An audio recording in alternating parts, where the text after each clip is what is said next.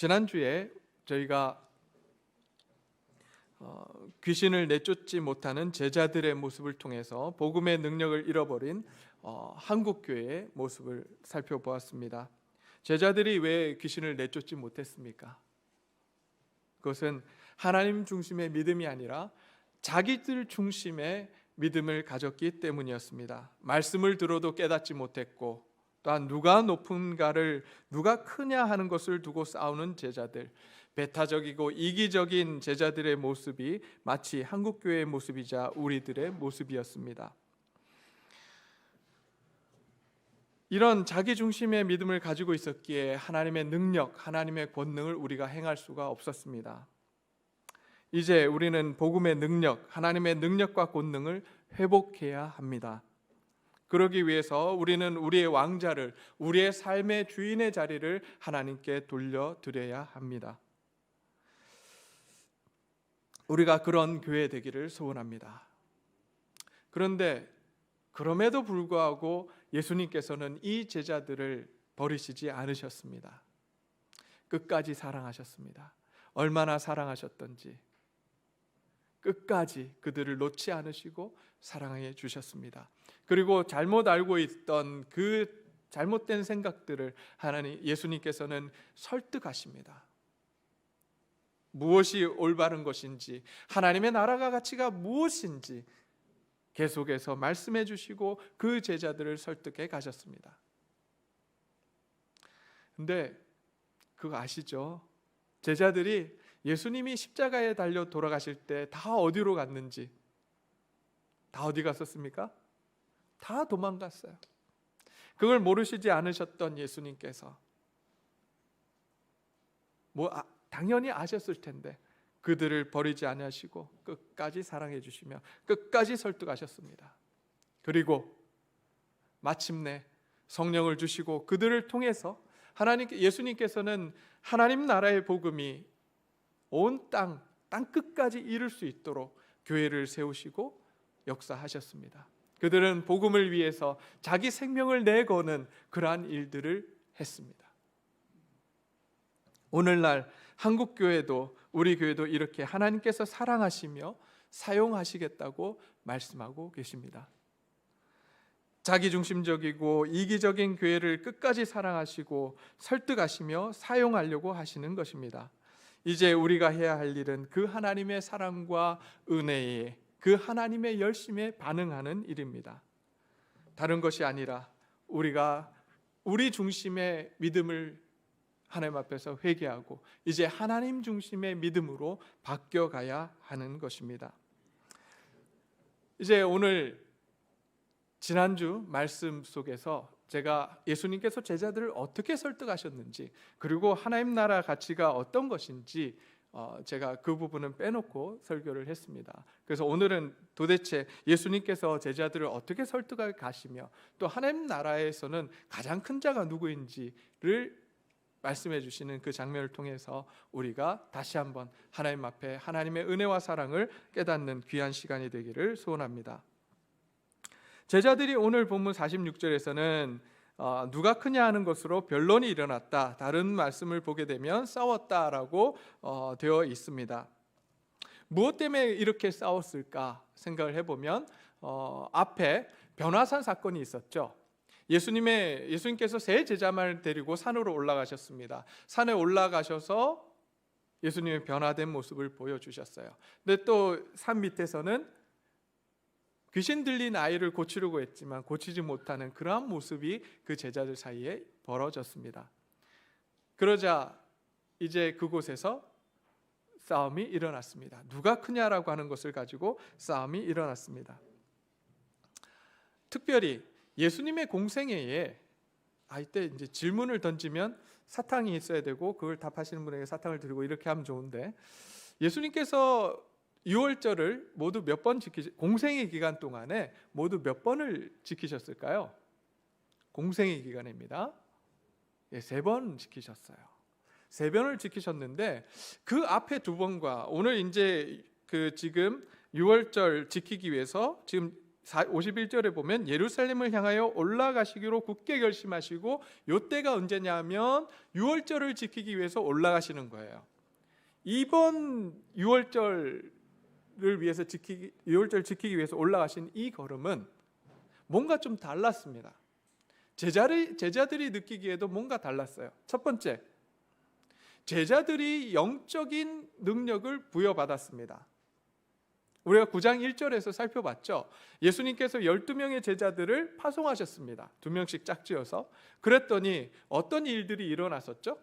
제자들이 마을로 가서 기도했더니 귀신이 나가고 병든 사람들이 병이 고쳐지는 놀라운 능력들을 제자들이 행했습니다.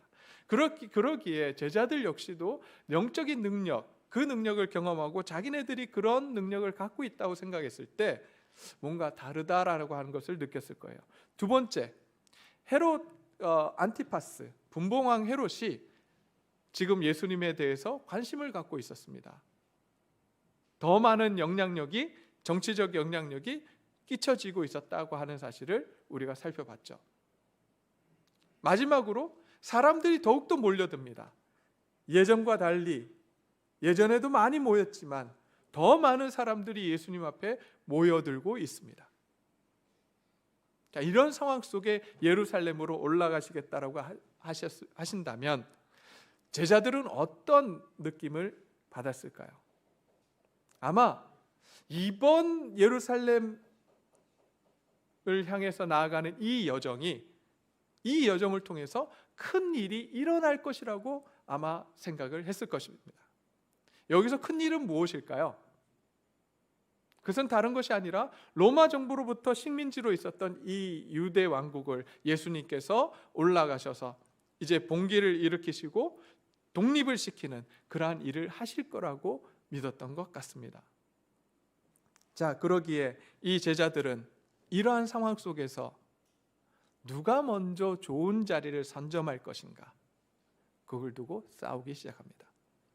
이번에 올라가서 드디어 자기네들이 꿈꾸는 정치적, 군사적 독립을 이루고 유대 왕국이 세워진다면 그들 가운데 누가 높은 자리, 누가 높은가라고 하는 것을 서열이 정해지고 나면 그 서열대로 아마 한 자리씩 차지하게 될 것이라고 믿었던 것 같아요.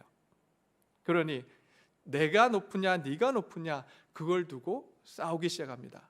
누가 좋은 자리를 선점할 것인가, 누가 높은 자리를 선점할 것인가, 그걸 두고 싸웠던 것입니다. 그때 예수님께서 말씀하십니다. 제자들 보시며 말씀하세요. 그렇지 않다. 너희가 생각하고 있는 것처럼 하나님의 나라는 그런 나라가 아니다 라고 하시며 어린아이 하나를 불러서 세우십니다. 오늘 준하가 여기 있는데 준하를 불러서 여기 이 자리에 한번 세워볼까 생각도 들었지만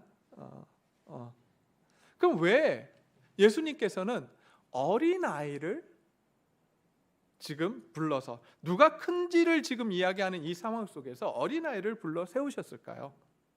도대체 어린아이의 속성은 무엇이며 예수님께서 이 제자들에게 말씀하고자 하셨던 포인트, 의미는 무엇이었을까요? 오늘 우리가 한번 찾아가 보기를 원합니다. 예수님께서 큰 자가 누구인지를 가르쳐 주시기 위해서 어린아이 하나를 부르셨습니다. 오늘 본문은 이렇게 말씀합니다. 누구든지 내 이름으로 이 어린아이를 영접하면 나를 영접하며 또 누구든지 나를 영접하면 곧 나 보내신 이를 영접함이라. 너희 모든 사람 중에 가장 작은 이가 큰 자니라 라고 말씀을 합니다. 그런데 마태복음을 가시잖아요. 마태복음을 가면 예수님께서 한 걸음 더 나가셔서 말씀을 하십니다. 마태복음 18장 3절 말씀입니다. 제가 읽어드리도록 하겠습니다. 마태복음 18장 3절에 이렇게 기록하고 있습니다. 진실로 진실로 너희에게 이르노니 너희가 돌이켜 어린 아이들과 같이 되지 아니하면 결단코 천국에 들어가지 못하리라. 뭐라고요? 어린아이와 같이 되지 아니하면 어딜 못 들어간다고요? 그럼 다시 엄마 뱃속으로 들어가야 되나요, 저희들? 어린아이가 되기 위해서 어머니 뱃속으로 다시 들어가야 되는 건가요? 아니면 도대체 지금 여기서 말씀하시는 어린아이와 같이 되지 아니하면 천국에 들어갈 수 없다라고 하신 이 말씀의 의도가 무엇일까요? 도대체 어린아이처럼 된다는 것은 무슨 의미입니까? 어떤 목사님들이 이렇게 설명하시더라고요. 어린아이와 같이 된다라고 하는 건 어린아이처럼 순수해져야 된다, 이렇게 설명을 하시더라고요. 그런데 저는 그 말씀에 조금 동의가 되지 않아요. 제 자신을 봐도 옛날에 자랄 때, 그리고 아이들을 보더라도 아이들이 과연 순수할까? 물론 어른들보다는 순수합니다. 그러나 정말 순수할까? 생각을 할 때 그렇게 순수하지 않은 것 같아요. 영악해요. 왜냐하면 그 손님들 오시잖아요. 손님들 오시면 애가 막 떼를 씁니다. 그러면 부모님들 보통 어떻게 하시죠? 들어주시잖아요. 근데 그걸 딱 터득하잖아요. 그럼 그 다음에 손님이 오세요. 그럼 어떻게 할 것 같으세요? 그 아이가 또 뗐어요. 그럼 우리는 어떤 문화를 갖고 있냐면 체면 문화를 갖고 있습니다. 그러니까 체면이 깎인다고 생각하고 아이가 그렇게 막 자지러지고 울고 막 이런 것을 싫어하기 때문에 손님이 오시면 그냥 대충 그가 원하는 것, 그 아이가 원하는 것을 해주고 마무리를 짓습니다. 아이가 그걸 이용할까요, 안 할까요? 너무 잘합니다. 어떻게 아냐고요? 어떻게 할까요? 제가 그렇게 해봤거든요. 아이들 순수하지 않습니다. 영악합니다. 그렇다면 지금 예수님께서 지금 어린아이와 같이 되지 아니하면이라고 하는 말씀은 도대체 무엇일까요? 어린아이와 같이 되지 아니하면이라고 할 때 어린아이의 특성 중에 딱 한 가지가 있는데 그것이 무엇이냐면 의존적이라는 거예요. 아이들은 굉장히 의존적입니다. 특별히 어리면 어릴수록 어른에게 의존해서 살아갈 수밖에 없습니다. 특별히 고대 사회에서 어린 아이들은 스스로 생존할 수가 없었어요. 그러기에 예수님은 제자들에게 이런 어린 아이들과 같이 되라고 말씀하십니다. 무슨 말씀입니까? 하나님만 의지하라는 거예요. 하나님만 바라보고 하나님만 의지하는 자가 되라고 말씀을 하시는 겁니다. 너 스스로 뭔가 하려고 하지 말고 하나님을 의지하며 하나님을 의뢰하라고 말씀합니다. 그래야지만 천국의 삶을 너희가 누릴 수 있다라고 말씀하시는 거예요. 하나님의 통치 가운데 하나님만을 바라보고 하나님만을 의지하며 살아가는 것, 그것이 바로 하나님 나라의 삶인 것입니다. 내가 왕이 되어 나 중심적으로 살면 안 된다는 것입니다. 오직 하나님 한 분만을 바라보며 그 한 분만을 섬기며 그 한 분만을 의지하며 그 한 분의 통치를 받으며 살아가라고 말씀하고 계십니다. 우리는 어린아이와 같이 되기를 원하십니까? 아니면 하나님 없이 내가 원하는 대로 살기를 원하십니까? 우리는 하나님만을 바라보며 하나님만을 섬기며 하나님만을 의지하며 하나님의 통치만을 받으며 살아가기를 소원하며 살아가고 있습니까? 아니면 내가 왕이 되고 내가 주인이 되어 세상을 바라보며 돈을 의지하며 세상의 통치를 받으며 살아가고 있습니까? 이제 우리는 어린아이와 같이 온전히 하나님을 의지하고 의뢰하는 교회 성도님들이 되시기를 소원합니다. 그래서 하나님이 주시는 평안과 하나님이 주시는 안식과 하나님이 주시는 그 능력과 권능을 누리는 그러한 교회 되기를 소원합니다. 우리의 힘으로는, 우리가 중심이 되어서는 그 일을 할 수가 없어요. 우리의 삶에 누가 중심이 되어야 된다고요? 하나님. 예수님께서 우리의 주인이 되시고 우리의 왕이 되실 때에 우리는 그 하나님의 능력과 권능을 나타낼 수 있는 것입니다. 그렇다면 오늘 본문에 나오는 어린아이를 영접하라고 하는 것은 어떤 의미일까요? 어른에게 의존할 수밖에 없는 아이를 영접하라고 하는 것은 도대체 어떤 의미인지 오늘 한번 살펴보기를 원합니다. 아까도 말씀을 드렸지만 예수님 당시에 어린 아이들은요, 사회적으로나 신체적으로 가장 낮은 위치에 있었던 존재들이었습니다. 어른들의 세계에서 자신의 결정을 내세울 수 없고 어른들의 뜻에 복종하고 어른들에게 의존해야만 하는 그러한 존재였습니다. 스스로 생존할 수조차 없었습니다. 즉, 이들은 사회적 약자였습니다. 사회에서 무시당하며 2등 국민이라고 불리는 연약한 존재들이었던 것입니다. 예수님께서 어린아이 하나를 불러 세우시고, 그리고 누가 가장 큰 자인지, 하나님 나라에서 누가 가장 큰 자인지를 지금 말씀해 주시려고 하시는 것은 다른 것이 아니라 이 어린아이가 사회적 약자로서의 의미를 갖고 있는 것입니다. 하나님은 사회적 약자에 대해서 관심이 많으십니다. 누가복음을 계속해서 우리가 살펴보는 동안에 아마 눈치채셨을 거예요. 예수님이 항상 누구와 함께 하셨죠? 돈 있는 자, 권력 있는 자, 힘 있는 자와 함께 하셨습니까? 그렇지 않아요. 예수님께서 항상 함께 하셨던 그 사람들을 보게 되면 세리요, 죄인이요, 그리고 장녀와 여자들과 예수님은 항상 함께 하셨습니다. 왜요? 그들은 사회적 약자들이었습니다. 물론 그 가운데서 하나님 앞에 나온 사람들 중에 부자도 있었고 힘든 자도 있었을 것입니다. 그러나 예수님께서 항상 관심을 가지고 계셨던 그 사람, 부류의 사람들은 바로 약한 자들이었던 것입니다. 근데 재밌는 건 예수님은 그랬는데 실제로 사회에서, 세상에서 자기 자신의 위치를, 지위를 나타내는, 그 당시에 지위를 나타내는 것은 내가 누구하고 어울리느냐는 것이었습니다. 내가 누구와 함께 밥을 먹으며 누구와 함께 다니며 하는 것이 그 사람의 위치와 지위를 결정했습니다. 그러니 사람들은 누구하고 함께 다니기를 원했을까요? 누구하고 함께 다니기를 원했을까요? 돈 있고 힘 있는 사람하고 같이 다니면 내 위치도 돈 있고 힘 있는 사람이 되는 거예요. 근데 내가 가난하고 약하고 죄인들, 세리들하고 멸시받는 그들과 함께 다니면 나도 그런 부류가 되어버리는 거예요. 그러면 어떤 선택을 하시겠습니까?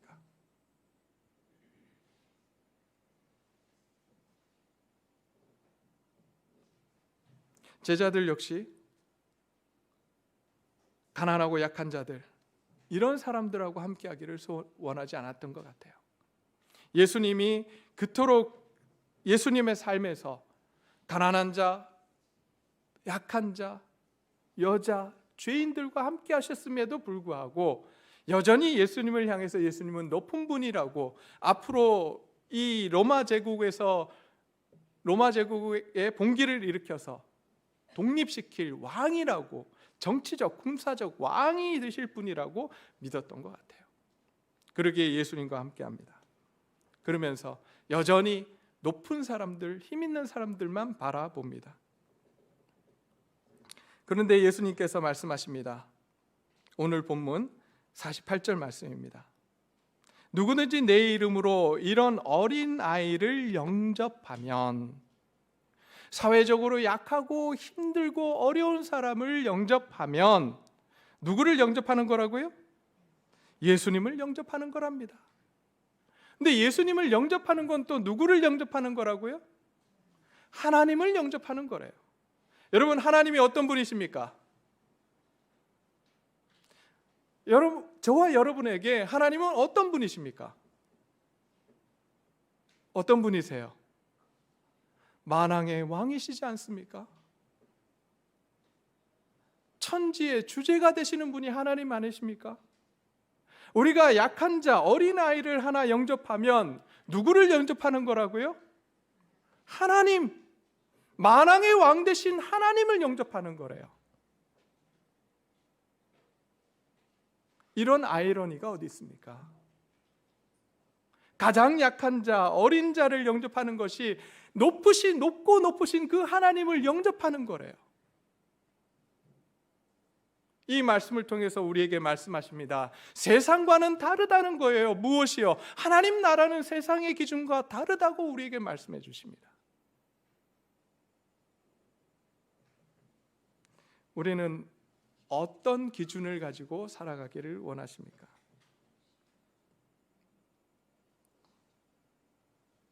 어떤 기준으로 우리는 세상을 살아가십니까? 세상의 기준을 따라서 살아가기를 원하십니까? 아니면 하나님이 우리에게 주신 그 말씀대로 하나님 나라의 가치를 가지고 살아가기를 소원하십니까? 우리가 이제 하나님 나라의 가치를 가지고 살아가기를 소원합니다. 말씀을 붙들고 하나님께서 원하시는 그 말씀을 따라서 살아가는 저와 여러분들이 되시기를 소원합니다. 하나님 나라는 연약하다고 2등 국민 취급하는 그런 것이 아닙니다. 오히려 연약한 자들이 영접받는 곳이 바로 하나님이 다스리시는 나라라고 우리에게 말씀해 주십니다. 오히려 연약한 자들과 함께하라고 말씀하십니다. 교회는 힘없고 연약한 사람들이 마음껏 들어올 수 있는 곳이 되어야 합니다. 맞습니까? 그렇게 되기를 소원합니다. 얼마 전에 제가 아는 집사님이 이런 말씀을 하시더라고요. 목사님, 제가 전도하는 사람들이 다 힘없고 약하고 병든 사람이라서 죄송합니다. 이런 이야기를 하시더라고요. 이게 죄송할 일입니까? 아니요. 감사합니다. 교회가 섬길 수 있는 기회를 주셔서 감사합니다. 오히려 가난하고 약하고 병든 자들이 오는 것이 교회입니다. 믿으십니까? 힘있고 돈 있는 사람들이 오는 것이, 힘있고 돈 있고 권력 있는 사람들만이 오는 곳이 교회가 아니라 오히려 병들고 약하고 힘든 사람들이 오는 곳이 교회입니다. 우리 다 그런 사람들 아니었습니까? 저부터도 그런 사람이었어요. 근데 하나님의 은혜로 우리가 어떻게 변화되었습니까? 병이 고쳐지고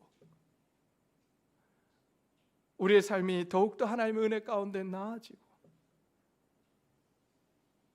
그렇다면 하나님께서 그 은혜를 부어주신 이유는 무엇일까요? 그런 사람들을 섬기라는 거예요. 그런 사람들을 영접하고 그들과 함께하라고 우리에게 그런 은혜를 허락하신 것입니다. 이제 그 하나님의 은혜 가운데 그 하나님의 부르신 목적대로 우리가 살아가는 저와 여러분들이 되시기를 소원합니다.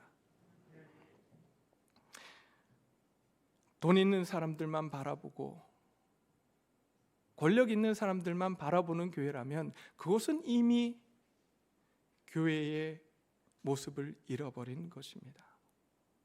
저는 감사합니다. 저희 교회에 돈 있는 사람도 없고요, 저희 교회에 권력 있는 사람도 없어요. 너무 감사합니다. 그랬다면 한 사람에 의해서 이 교회가 막 움직였을 거예요. 그러나 모두가 함께 세워가는 교회인이 얼마나 감사한지 모르겠습니다. 별로 감사 안 하신 모양이죠? 네, 저는 감사합니다. 계속해서 이런 교회 되기를 소원합니다. 계속해서 연약한 자들이 많이 오고 그들을 세우고 하나님의 은혜를 나누는 그러한 교회, 그러기 위해서 저는 이렇게 과일 손수 들고 오시고 또 박스 보내주시고 한 우리 성도님들 너무 감사합니다. 우리보다 못한 사람들이 있다는 걸 들었을 때 이 사람들에게 내가 가진 것들을 나눠야 되겠다 결정해 주시고 섬겨주신 이 노력들이 하나님 앞에서 정말 하나님이 기뻐하시는 일인 줄 믿습니다.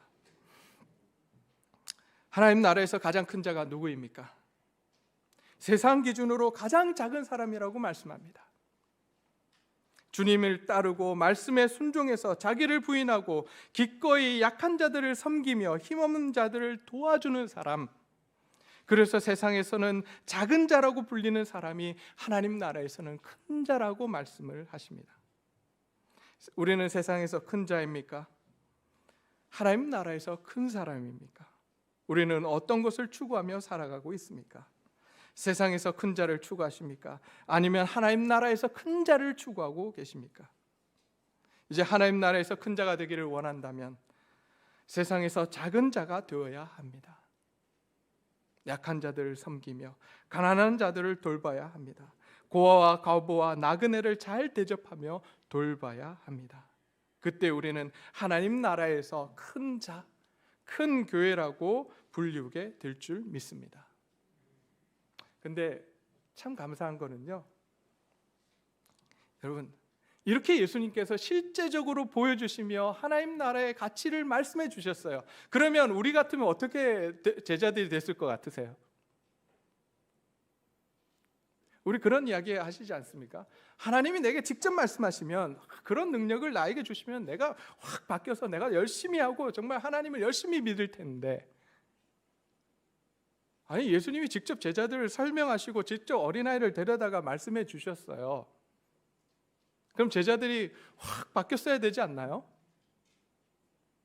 확 안 바뀝니다. 그 다음 장면을 보면 요한이 예수님께 나와서 이런 이야기를 합니다. 주여, 어떤 사람이 주의 이름으로 귀신을 내쫓는 것을 우리가 보고 우리와 함께 따르지 아니함으로 금하였나이다.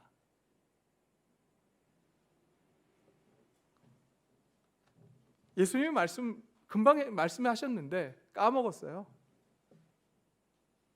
그리고 이 사람들, 하나님의 능력을 행하고 있던 사람들을 금합니다. 왜요? 왜 금했을까요? 우리와 함께하지 않는데요. 이 말이 무슨 이야기냐면요, 아니, 우리가 못하는 걸 저 사람들이 해? 용납이 돼요, 안 돼요? 용납이 안 되는 거예요. 우리가 최고인데, 우리 교회가 최고인데, 우리가 자부심을 갖는 건 좋지만 우리 교회만이 최고의 교회라고 할 수 없습니다. 하나님의 교회가 최고의 교회입니다.